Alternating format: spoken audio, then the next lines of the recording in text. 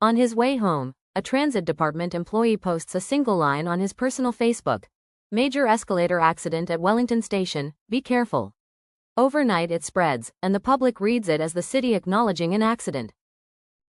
Ridership drops, complaints and media calls surge.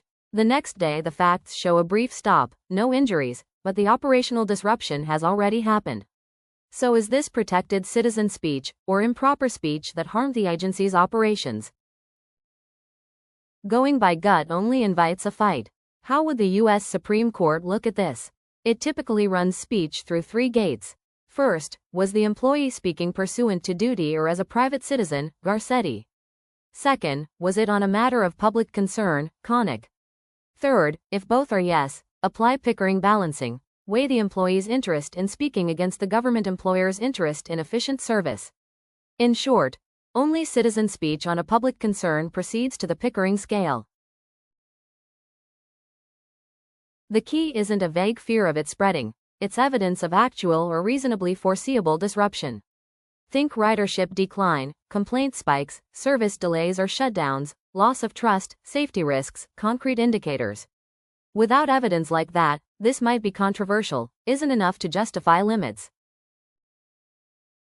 Also, on social media, audience backlash by itself rarely warrants discipline, but in services tightly tied to the public, like transit or public health, backlash can quickly become internal disruption, so you need extra care. And remember, official alert briefing protocols can collide with personal, early warnings. Avoid sharing unverified internal information externally. Keep the distinction clear. Speech made as part of the job is weakly protected. Citizen speech is protected only if it's on a public concern and survives the balance. And offensive, or controversial, content alone isn't the test, the standard is operational impact. Courts often grant employers more leeway in policymaking and public safety roles. So what should public managers do? Both studies point the same way. Make the Garcetti-Connick-Pickering framework mandatory training for all staff, and provide tailored guidance for higher exposure roles, transit, health, police, teachers.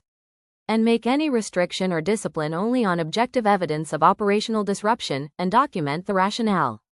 Protect both free expression and organizational effectiveness. Apply the 3 steps, and manage limits with concrete, objective evidence.